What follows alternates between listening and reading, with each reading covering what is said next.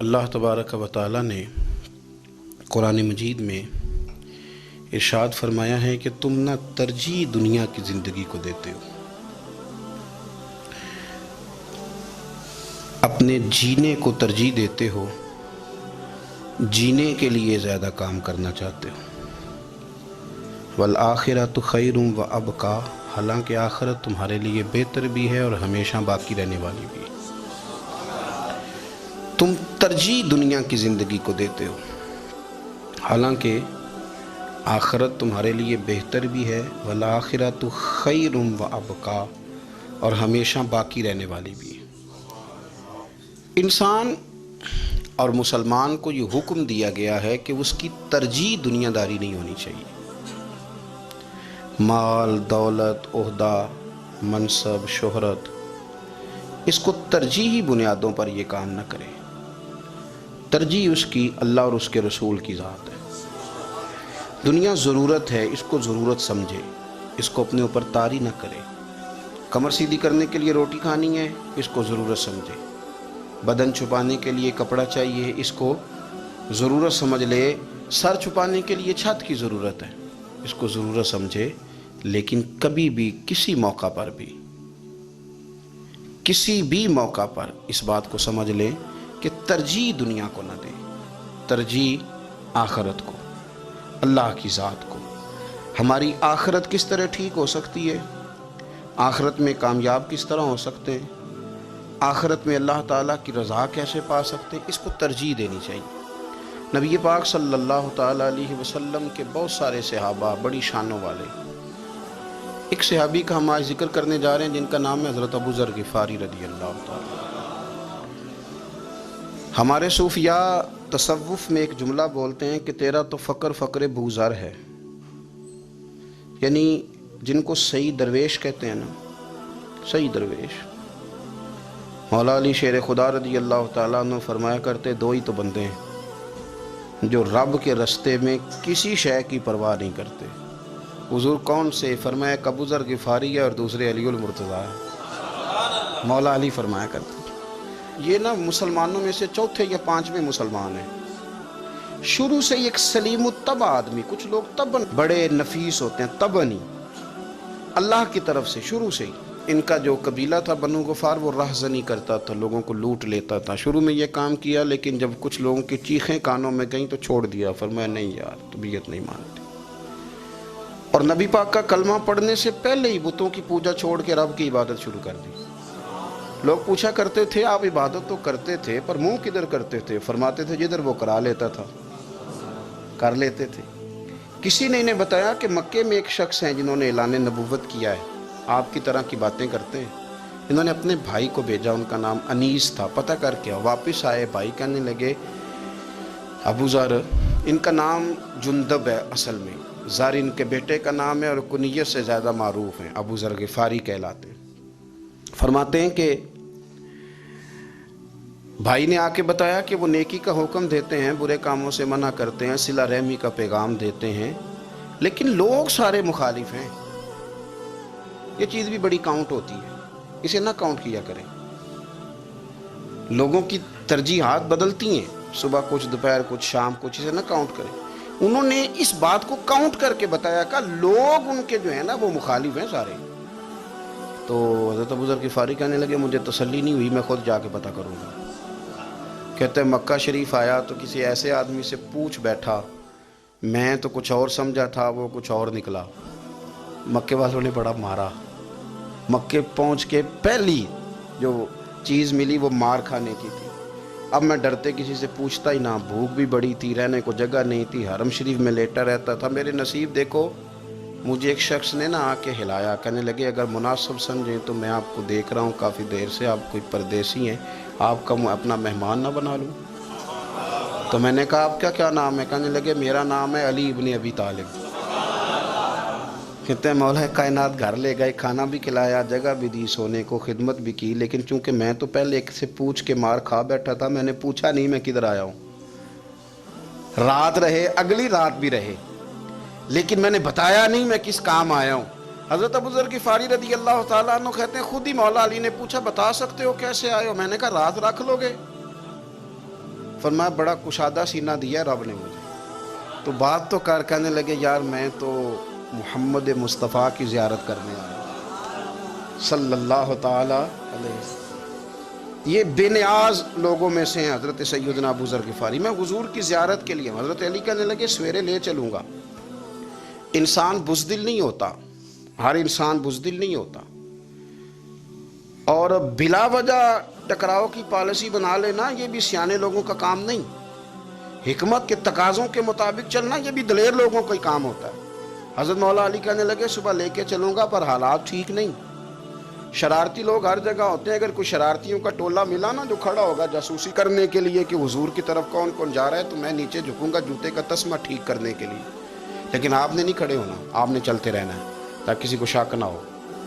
کہتے ہیں اس ترتیب سے حضرت علی مجھے لے کے گئے. میں حضور کی بارگاہ میں پہنچا. مولا علی کہتے ہیں بڑے بڑے لوگ سوال کرتے تھے پر یہ شروع سے سلیم الطبع تھے. مجھے کہہ لینے دینا، جنہوں نے ماننا ہوتا ہے وہ لمبے سوال کرتے ہی نہیں. مان جو لیا تو لمبے سوالوں کی ضرورت ہی کوئی نہیں. کہتے ہیں لوگ بڑے بڑے سوال کرتے تھے پر ابو ذر نے 2-3 باتیں پوچھیں اور آگے جا کے کہنے لگے حضور ہاتھ بڑھائیں مجھے کلمہ پڑھائیں. نبی پاک صلی اللہ علیہ وسلم نے کلمہ پڑھایا. فرمایا باہر جا کے نا ابھی ذکر کرنا کہ تو مسلمان ہو گیا، یہ ماریں گے. عرض کی حضور انہیں مارنے دے، میں آیا بھی مار کھانے نہیں، انہیں مارنے دے نا. پڑا فلک کو کبھی دل جلوں سے کام نہیں. داغ دہلوی نے کہا تھا پڑا فلک کو کبھی دل جلوں سے کام نہیں، اور جلا کے راکھ نہ کر دوں تو داغ نام نہیں. ماری تو کھانے آئے ہیں، مارنے دے، کرنے دے زور جتنا لگانا ہے لگانے دے. باہر جا کے اعلان کیا. مکے والوں نے مارا، اتنا مارا کہ بے ہوش ہو گئے. پھر کسی نے بتایا کہ تم نے گزرنا بھی ہے ان کے علاقے سے، بنو غفار سے، پھر ان کا پتہ بھی ہے یہ لوگ بڑے سخت ہیں. پھر چھوڑا. تبن بڑے جلالی تھے، زاہد مزاج تھے. فرماتے تھے کہ جو تمہاری ضرورت سے زیادہ ہے وہ سارا صدقہ کرو. کنز کے معاملے میں ان کا رویہ یہ تھا. صرف حضرت صدیق اکبر کو کچھ نہیں کہا انہوں نے، باقی حضرت عمر جیسے آدمی کو بھی کھڑا کر کے کہہ لیتے تھے یہ مال کیوں رکھا ہوا ہے خزانے میں، بانٹتے کیوں نہیں سارا. اور جناب عثمان غنی رضی اللہ تعالیٰ عنہ کے ساتھ تو باقاعدہ کئی دفعہ اس موضوع پر گفتگو کی. وہ کہتے تھے کہ جب اللہ کہتا ہے قرآن میں کہ مال دولت جمع نہیں کرنی، تو وہ جو لوگ تھے وہ بھی بڑی شانوں والے تھے. وہ کہتے تھے کہ اللہ نے جب زکوٰۃ فرض کی تو مال جمع ہوتا ہے تو زکوٰۃ فرض ہوتی ہے نا. جب فطرانے کا کہا تو مال ہوتا ہے تو فطرانہ آتا ہے نا. تو آپ جو کہہ رہے ہیں وہ ٹھیک ہے پر آپ اعلیٰ بات کر رہے ہیں تقوی کی، سارا بانٹو. تو حضرت ابو ذر غفاری کہتے تھے چلو ٹھیک ہے تمہاری بھی بات مان لیتا ہوں، پر یہ بتاؤ مدینے والے کا اپنا طریقہ کیا ہے؟ کہ بھئی حضور کا طریقہ تو وہی ہے جو آپ بتا رہے ہیں. تو فرمانے لگے پھر اس رستے نہ چلیں جو رستہ مدینے والے رسول کا ہے. اور حضور سے، نبی پاک سے عشق کرتے بڑا کھل کے. یہ صحابہ صفہ میں سے تھے. کلمے پڑھنے کے بعد چونکہ طبیعت جلالی تھی تو حضور نے بھیج دیا، فرمایا واپس جاؤ اپنے قبیلے میں تبلیغ کرو. واپس گئے، بھائی کو مسلمان کیا، والدہ کو مسلمان کیا، قبیلہ سارا مسلمان کیا، وہیں رہے. ہجرت مدینہ کے بعد آئے تبوک کے موقع کے قریب، اور حضور نے صحابہ صفہ میں رکھ لیا. نوکری کرتے مدینے والے رسول، دلیر آدمی تھے، بڑا قبیلہ تھا، پر ڈیوٹی کرتے، ڈیوٹی خدمت کرتے. ایک بیٹا تھا زر اس کا نام تھا. اس کی ڈیوٹی لگائی تم نے میرے نبی پاک کے اونٹ چرانے. ڈاکو آئے تو صاحبزادہ اونٹوں کی، اونٹنیوں کی حفاظت کرتے شہید ہو گیا. اور یہ انوکھا بندہ ہے جس نے شرط لگائی تھی کہ میں نے کالی سیاہ رنگ کی عورت سے شادی کرنی. انوکھا بندہ ہے. ایک بیٹی تھی ایک بیٹا، بیٹا شہید ہو گیا. بیوی سے کہا تم نے نبی پاک کے گھر میں خدمت کرنی، حضور کے گھر والوں، اور میں نبی پاک کی نوکری کروں گا. حضور کی خدمت کرتے، ہر وقت خدمت میں رہتے. اور حضور جب آتے نا، صحابہ صفہ میں یہ شامل تھے جو لوگ دین سیکھتے، حضور جب آتے تو سب سے پہلے آ کے حضرت ابو ذر غفاری کا پوچھتے، بلائیں. اور جب بات کرتے حضور تو بار بار ان کو مخاطب کر کے بات کرتے. حضرت ابو ذر غفاری رضی اللہ تعالیٰ عنہ کا نبی پاک سے اتنا پیار کہ ہماری بھی مشکل حل کر دی. ابو داؤد شریف میں موجود ہے. ایک دن کہنے لگے یا رسول اللہ صلی اللہ علیہ وسلم، اگر کوئی بندہ کسی سے پیار بڑا ہی کرے پر اس جیسے عمل نہ کر سکے، کوشش کرے کرنا. لوگ ہمیں کہتے ہیں نا جی پیار بڑا، عمل بھی تو کرو نا. بھی کرنا چاہیے پر انسان ہے نا، غلطی بھی تو ہو ہی جاتی ہے. اب ہم عمل نہیں کر سکتے تو تم ہمیں پیار بھی نہیں کرنے دو گے. مہربانی کرو پیار تو کرنے دو نا. حضرت ابو ذر غفاری نے کہا، ابو داؤد شریف میں موجود ہے، یا رسول اللہ صلی اللہ تعالیٰ علیہ وآلہ وسلم حضور پیار بڑا کرے پر ان جیسے عمل نہ کرے تو حکم کیا ہے؟ تو حضور نے فرمایا پیار سچا کرے، اللہ قیامت کے دن جس سے محبت کرے گا نا اس کے ساتھ ہی دونوں کو اکٹھا فرما دے گا۔ تو حضرت ابو ذر نے فوراً کہا حضور پھر مجھے آپ سے بھی بڑا پیار ہے، رب سے بھی بڑا پیار ہے۔ فرمایا فکر نہ کرنا، جنت میں اکٹھے ہی جائیں گے۔ اتنی محبت رسول پاک کی ذات کے ساتھ حضور کی نوکری کرنا۔ ایک دن خدمت کرتے کرتے سو گئے، حضور مسجد میں آئے پتہ کرنے کہ ابو ذر آرام کر رہا ہے۔ یہ بھی مزہ ہوتا ہے، خیال رکھنا اپنے درویشوں کا، کیا کھایا کیا پیا کہاں سوئے۔ حضور رات کو آئے، یہ سوئے ہوئے تھے، فرماتے ہیں حضور نے میرا انگوٹھا ہلایا، میں اٹھ کے بیٹھ گیا، حضور بھی میرے پاس بیٹھ گئے۔ اور میں ابو ذر بڑا پیار کرتے ہو؟ سونے آپ کو پتہ ہی ہے۔ کہا یار تو بڑی نوکری کرتا ہے، ایک دن وہ بھی آئے گا جس دن تجھے میری مسجد اور میرے شہر سے جانا پڑے گا، پھر کیا کرو گے؟ تو عرض کی حضور کسی کی طاقت ہے مجھے آپ کے شہر سے نکالے؟ میں تلوار نکال لوں گا۔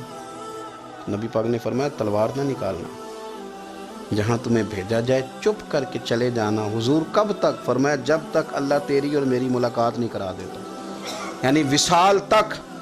یہ واحد شخص ہیں کہ حضور کے وصال ظاہری کا وقت آ گیا تو فرمایا کوئی میرے ابو ذر کو بلاؤ۔ جب یہ آئے تو حضور لیٹے ہوئے تھے، یہ جھکے نبی پاک کی طرف، حضور میں حاضر ہوں، تو حضور نے پکڑ کے سینے کے ساتھ لگا لیا۔ میرے رسول پاک صلی اللہ علیہ وسلم کی خدمت میں ایک دفعہ عرض کرنے لگے حضور مجھے صوبے کا گورنر بنا دیں۔ تو نبی پاک نے فرمایا ابو ذر میں عہدے پسند نہیں کرتا، تو تمہیں بھی میں کہتا ہوں عہدہ نہ لینا، تمہیں بھی کہتا ہوں عہدہ نہ لینا۔ فرمایا ابو ذر میں جو چیز اپنے لیے پسند کروں گا تمہیں بھی اسی کا مشورہ دوں گا، تم بندے اچھے ہو پر یہ کام تمہارے بس کا نہیں ہے۔ بڑے زاہد آدمی میرے رسول کریم صلی اللہ تعالیٰ علیہ وآلہ وسلم نے ان کے بارے میں فرمایا جس طرح نبیوں میں حضرت عیسیٰ علیہ السلام ہوئے۔ حضرت عیسیٰ دیکھیں نا، انبیاء میں اللہ تعالیٰ نے ہر قسم کی عظمت نبیوں کو دی۔ جناب سلیمان علیہ السلام کا تو تخت بھی ہوا میں اڑتا تھا، جن تک تابع دار تھے، اور نبیوں میں حضرت عیسیٰ بھی ہیں جن کے پاس گھر بھی کوئی نہیں، شادی بھی کوئی نہیں کی، اینٹ سرانے رکھ کے تکیہ بناتے، ایک ان کے پاس کنگھی تھی اور ایک پیالہ تھا۔ دیکھیں جو بندہ نیک ہو نا وہ بھی نیک ہیں، اللہ کے نبی ہیں۔ آپ اپنا تقوی مسلط نہیں کریں گے، جو وہ کر رہے ہیں وہ بھی مخلص ہو کے کر رہے ہیں۔ حکومتیں جو چلانی ہیں تو وہ کس نے چلانی ہے؟ اگر نیک بندے نہیں آئیں گے تو غلط لوگ آئیں گے، قوموں پہ ظلم کریں، وہ بھی اپنی جگہ ٹھیک ہے، لیکن یہ جو کر رہے ہیں یہ بات بھی اپنی جگہ بالکل ٹھیک ہے۔ ہم پتہ کیا کرتے ہیں؟ ہم چیزوں کو مسلط کرتے ہیں، ایک دوسرے پر مسلط نہیں کریں چیزوں کو۔ آپ جو کر سکتے ہیں، جو رستہ آپ کو صحیح لگتا ہے اختیار کر لیں، یہی تو ہمارے دین کا حسن ہے کہ سارے رستے واضح کر کے ہمیں دکھاتا ہے۔ حضرت عیسیٰ علیہ السلام نے ایک دن دیکھا کہ ایک بندہ نا انگلیوں کے ساتھ اپنے بال سیدھے کر رہا ہے، تو آپ نے فرمایا یار کنگھی کے بغیر بھی کام چل سکتا ہے، کنگھی بھی خیرات کر دے۔ دیکھا ایک بندہ ہاتھ کا تکیہ بنا کے لیٹا ہے، تو فرمایا اینٹ بھی دے دو، کسی کے کام آ جائے گی۔ ایک دن دیکھا کہ ایک بندہ نا یوں چلو میں پانی پی رہا ہے، فرمایا پیالہ بھی رہنے دو، اس کے بغیر بھی کام چل ہی جاتا ہے۔ جناب عیسیٰ کا یہ زہد تھا۔